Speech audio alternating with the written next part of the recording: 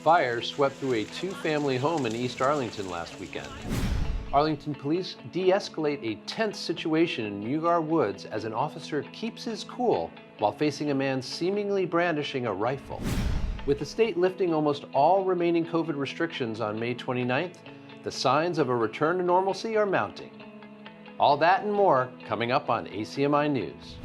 From McLennan Park to Spy Pond, from Poets Corner to the Mystic River, we have Arlington covered. We're your neighbors, a friend you can turn to. This is ACMi News. Hello, Arlington, and welcome to ACMi News. I'm James Milan. And I'm Katie Chang. A massive fire that blazed through an East Arlington home on Saturday, May 29th, remains under investigation by the Arlington Fire Department. Over the past several months, Arlington has seen a number of working fires and a couple of two-alarmers, but May 29th marked the first time in years that the AFD had to strike a third alarm. Fire crews from neighboring communities, including the Woburn Fire Department, assisted in fighting this most recent fire. Senior news producer Anim Osmani has the details.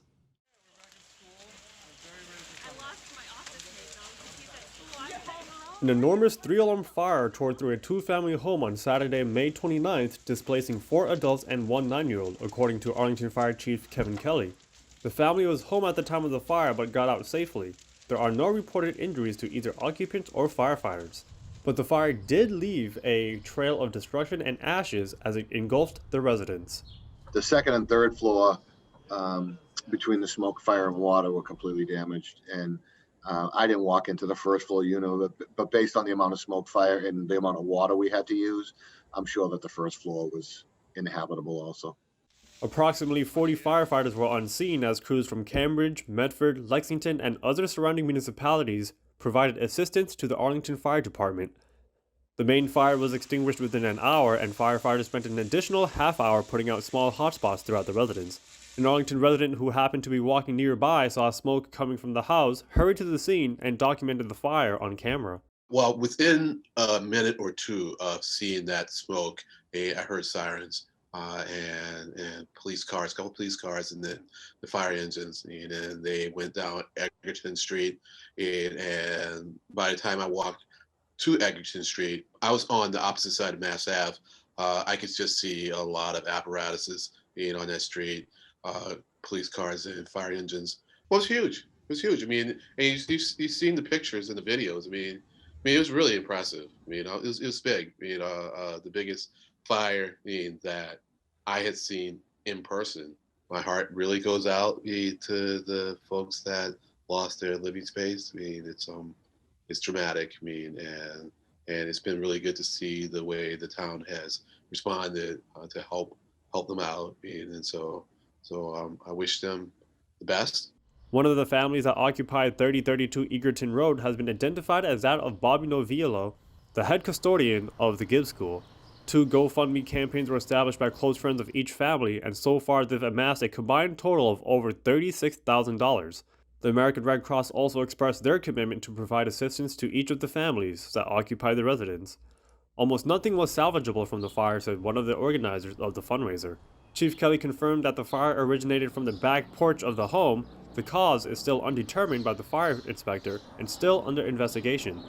The chief reminded us of the steps to take to prevent and prepare for such a disastrous event. Fortunately, no one hurt, no one injured, but just to stress the importance of having working smoke detectors in your home.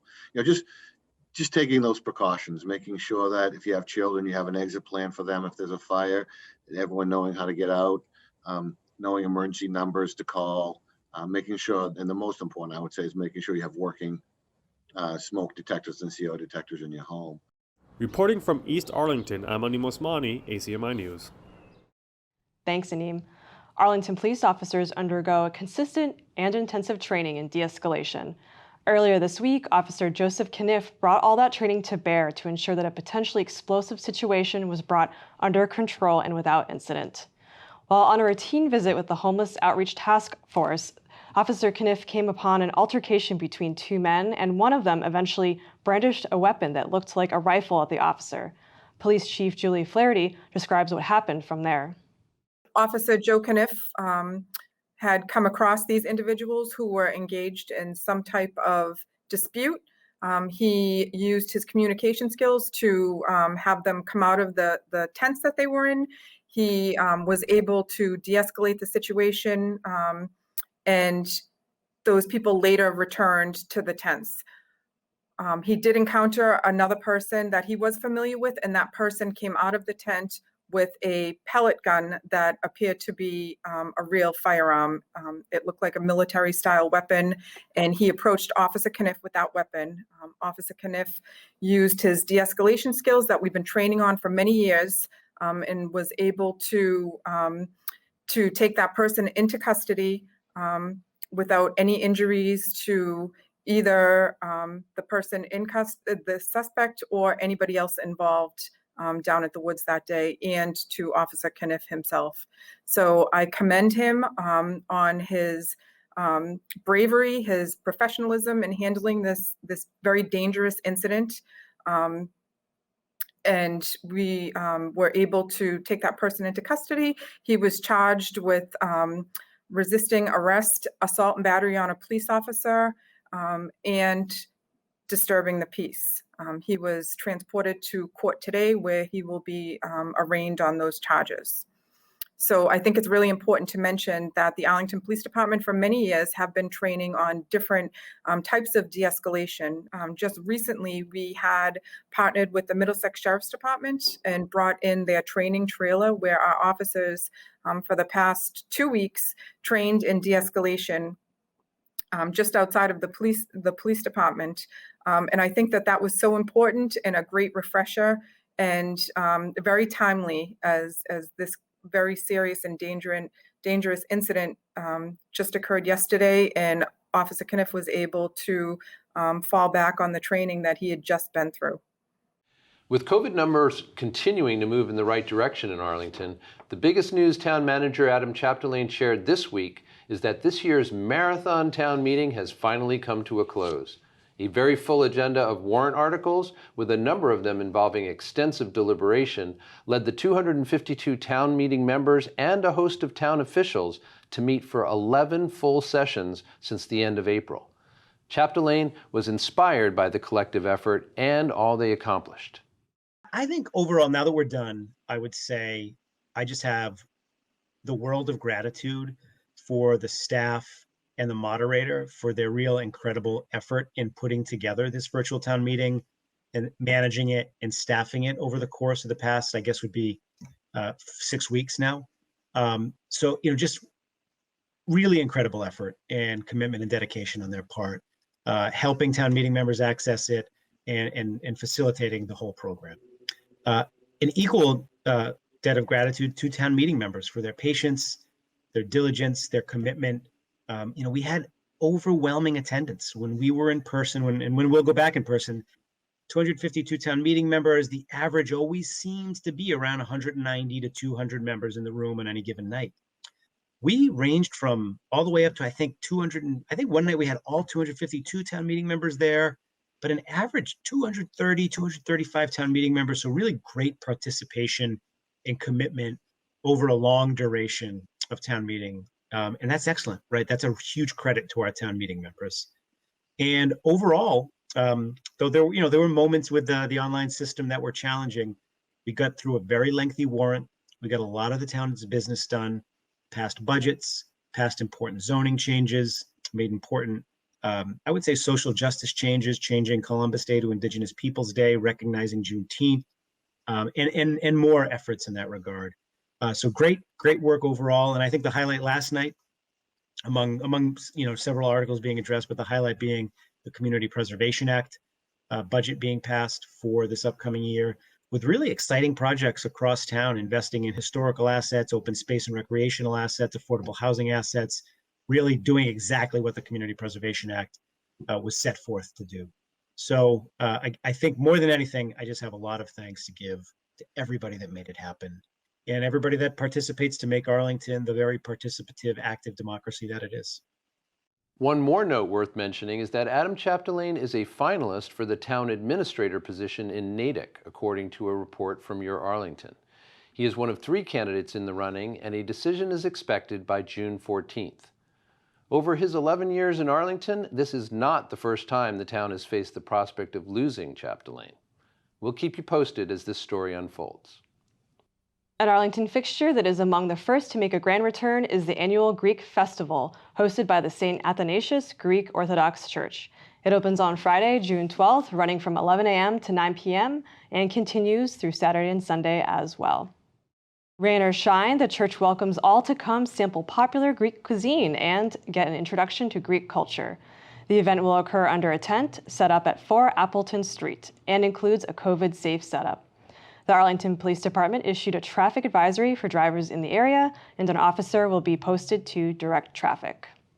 And there's another street closure to announce. Eastern Ave will be closed from the Water Tower to Scituate Street from 7 a.m. to approximately 4:30 p.m. on Saturday, June 12th, to make way for the return of Arlington's annual Soapbox Derby. And continuing with the theme of celebrating returns to normalcy, Arlington's Farmers Market also makes its comeback on Wednesday, June 9th, operating from 2 to 6 p.m. at its traditional site in the Russell Municipal Lot. Most of the COVID-related restrictions imposed last year are no longer in force, although unvaccinated individuals are asked to wear a mask at all times. As we hit the warm weather months in Massachusetts, a surge in energy consumption is anticipated as people blast their air conditioners at home and at work. Ithaca College intern Sophia Titus makes her ACMi News debut with some tips about how to stay cool while reducing electric bills and greenhouse emissions. Summer is here, and temperatures are expected to get into the high 80s and 90s within the next week. If you're watching this from home, you may already have your air conditioner on, but you may want to do a quick maintenance check on the air conditioner unit before things really heat up. It may just save you some money. According to the U.S. Energy Department, air conditioners consume 6% of all electricity produced in the United States at an annual cost of $29 billion, and they release roughly 117 million metric tons of carbon dioxide into the air each year. Here in New England, 50% of our electricity comes from energy sources like wind, solar, hydro, and nuclear. But on hot and humid days, surges in energy consumption can overwhelm New England's energy grid, leading a grid operator to turn on extra generator plants that are powered by oil. They're expected, but they do take a toll on energy usage. So, about 30% of Massachusetts homes have central AC, for example. And for homes that have central AC, about 20% of their electricity usage for the entire year is for cooling purposes. But on hot, humid days, certainly throughout the summer, even when it's not a particularly hot or humid day, when you're running central AC, it's more than half of your home's electricity usage during the summer. An increase in consumption ultimately leads to higher electricity bills and greenhouse emissions. So what are some of the cost-effective ways we can cool ourselves down and reduce our carbon footprint? First, make sure your home is well insulated and air sealed to prevent drafty leaks in the house.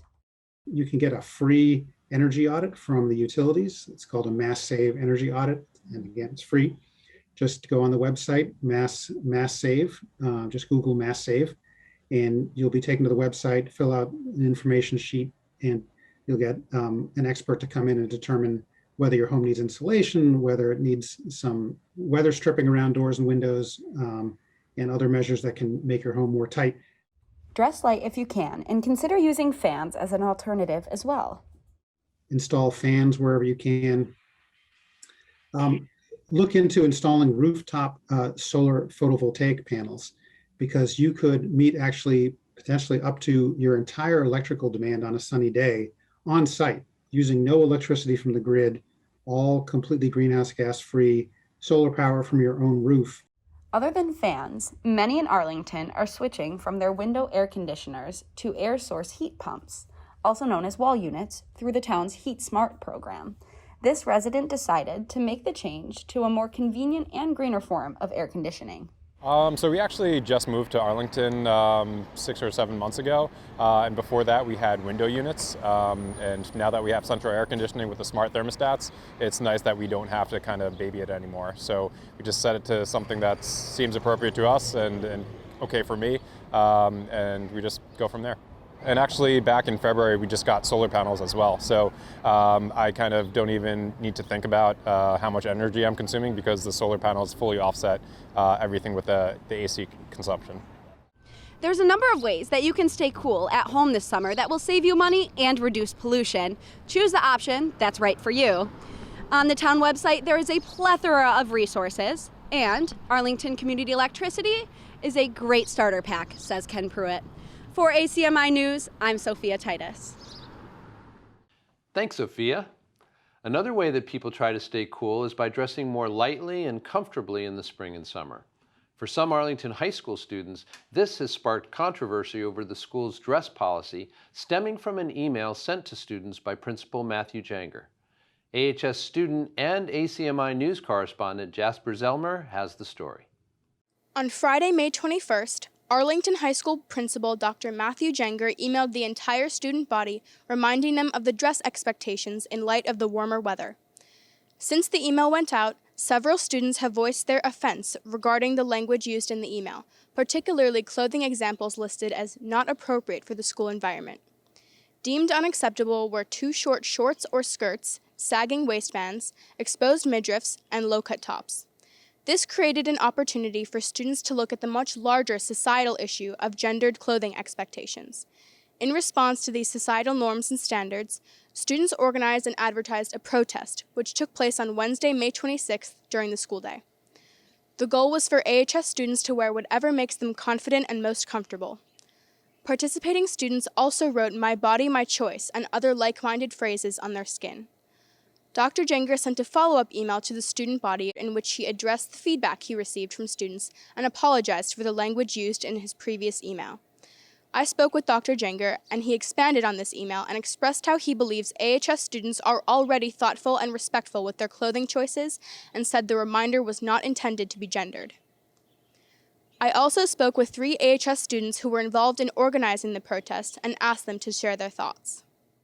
Dress codes in general have a history ingrained with misogyny and racism and transphobia and all forms of oppression, and have been seen to perpetuate rape culture, victim blaming, eating disorders, and all sorts of unhealthy habits. And we just wanted to show that as a student body, we care about individuals and our freedoms to be ourselves and be happy about that. So we wanted to show how united we are as a front, and we took the time to reach out to Janger to work with him on how to show this more through our policies going forward. And he's been really great about working with us. But I've seen so much pushback from students. And we never expected there to be so much of a community around this. It's not one person's fault. It's a group of people pressuring an image on young children, sexualizing young children. These rules have so much more story behind them than the Arlington High School administration. I think what's been really incredible about this is kind of getting to hear all the voices of everybody who's had the same experiences and who's felt targeted by these rules. But what we are really trying to do here is challenge this overall idea that women's bodies are inherently sexual.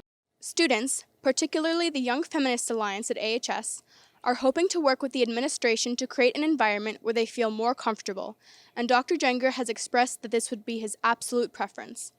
He hopes students know they have an administration who is always open to having these sorts of conversations, reminding them that his door is always open. For ACMi News, I'm Jasper Zellmer. Thanks for that, Jasper. Last week, we reported that the Capitol Theater officially reopened for business after having been shut down for 14 months. ACMi News intern Helen Frazier, who we are also welcoming this week, spoke with the theater's general manager, who shared her gratitude for the community's enthusiastic response. Good news for all movie lovers. The Capitol Theater is back and open for business. Over a year ago, the COVID-19 pandemic shut the theater down, but as of May 28th, the business is back open for all patrons for movies, snacks, and even ice cream. I can probably count on one hand the number of times we've closed before, usually just for like blizzards and things. So to not show movies for 14 months was pretty crazy. That was Jamie Matchin, the general manager for the Capitol Theater. The pandemic caused many movie theaters across the country to close their doors or drastically change how they operate due to CDC regulations on indoor gatherings. First, we closed everything down. Then we did some pop-up sales throughout the winter. And then when the weather got nice and we were able to let patrons inside the building, we opened the ice cream parlor.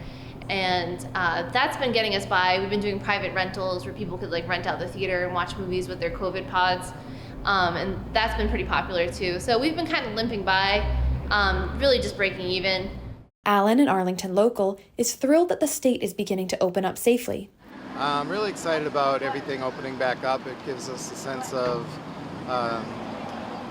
new beginnings, and I think it's important that we get back on track and move forward with opening things up and opening safely, of course. Now, despite the hardships the theater faced, Jamie had nothing but kind words for the Arlington community. I think sometimes you forget how much like a business like this can mean to a community. And you just do the day-to-day stuff, and then when it was all like, oh my God, we're closed, so many people reached out and wanted to support us and stuff, that it was really a nice reminder of like, we're really lucky to be in the community we're in.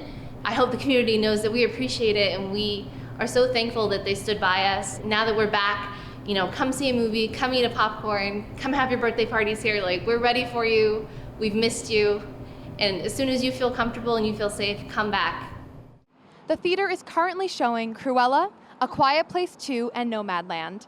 Tickets can be purchased on their website or at their box office. For ACMi News, I'm Helen Frazier. Thanks, Helen.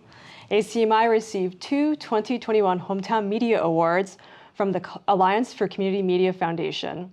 The awards program was established to honor and promote community media, community radio, and local cable programs that are distributed on public education and government access cable television channels. Both awards go to our student division. AHS senior Sam Derringer received an award for Best Access Program Promo for UView, which you may have seen featured on ACMi News before. And AHS student Daniel Gorbanov won for Best Mixed and Transmedia with his Students Reflect art piece. Congratulations to each of you and to ACMi's Youth Studio Manager, Kevin Wetmore, for his stewardship of both projects. There's a lot more going on at Arlington High School amidst the final weeks of the school year. Let's turn it over to our Studio B crew for the latest Ponder Scope. Welcome to the Ponder Scope, your Arlington High School news, updates, and more. The senior graduation ceremony is on Saturday, June 5th at 12 p.m. at Pierce Field. Graduates attending this event must report to the Red Gym at 11 a.m. to prepare. The graduation ceremony will also be simulcast live on ACMi, so be sure to check in. If you miss it, the recording will be permanently posted on ACMi's website and YouTube channel later on Saturday. Due to the new CDC guidelines, reservations and social distancing are no longer required for bleacher seating. Reservations are required for socially distant seating and accessible seating, and the Google form to reserve these seats can be found under Seniors Dates and Info on Arlington High School's website. Due to MCAS testing on June 7th, 8th, and 9th, classes next week on Monday to Wednesday will be all remote. Keep in mind that during the MCAS testing, classes will start at 11:21 a.m. Good luck to all students taking the MCAS. I'm Veronica Barton, and that's all for this week's edition of the Ponder Scope. That is all that we have for today. Thank you for tuning in to this week's newscast. For Katie Chang and for the rest of the ACMi News crew, I'm James Milan, and we'll see you next week.